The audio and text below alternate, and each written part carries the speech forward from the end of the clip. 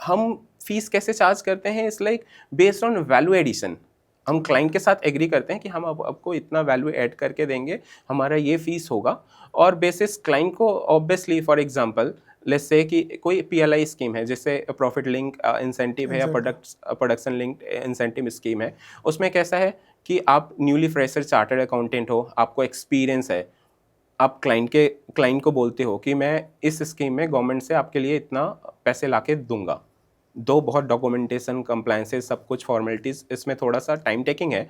आपने करा के लेट्स से आपने 1 करोड़ पे गवर्नमेंट से लाके क्लाइंट को दिया, तो क्लाइंट को उसमें 10 लाख पे करने में कोई बुरा नहीं कोई लगेगा, क्लाइंट हर्ज विल नहीं। पे।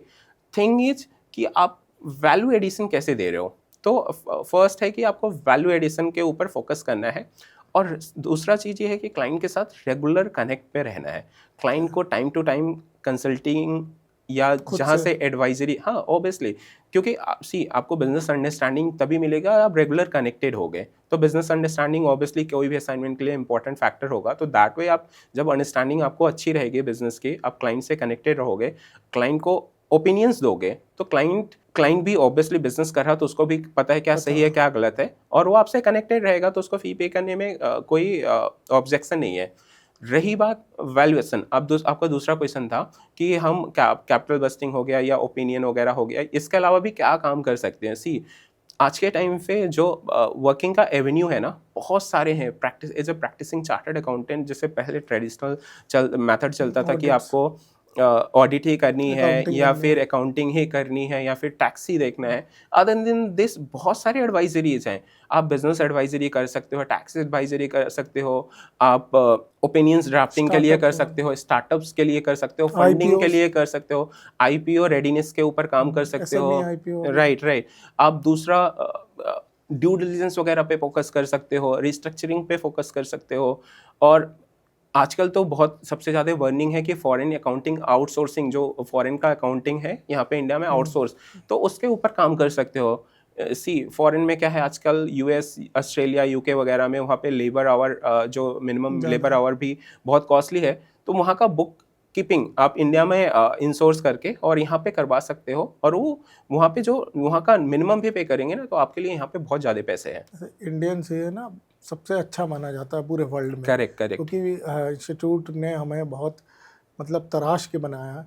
तो जो है फॉरेन की आपने बात की, तो मैंने कहीं पढ़ा था कि 2030 तक India will be the biggest exporter of financial services. Correct. अब जैसे आप कह रहे हो कि यूके का वैट है, यूएस अकाउंटिंग है, तो ये कर सकते हैं हम।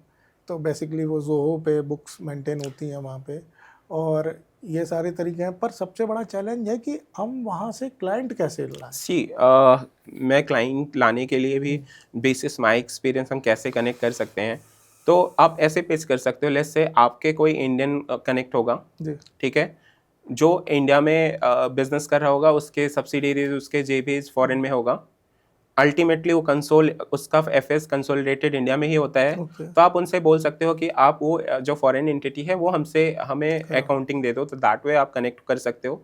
दूसरा क्या कर सकते हो, आप अपने फ्रेंड सर्कल या लिंक्डइन के थ्रू या बहुत सारे सोशल इंडीड। वेबसाइट या फिर फ्रीलांसर वेबसाइट, आप उस पे जाओ, अपने आप को रजिस्टर करो। वहाँ पे प्रोफेशनल्स जो है जैसे सीपीए फॉर्म्स वगैरह हो गए, उनसे कनेक्ट करो, जो वहाँ पे एक्चुअली प्रैक्टिस करते हैं। उनसे बोलो कि हम ये सर्विस ऑफर करते हैं, उनके साथ टाई अप करो, और वो काम फिर उनसे आउटसोर्स करवा लो।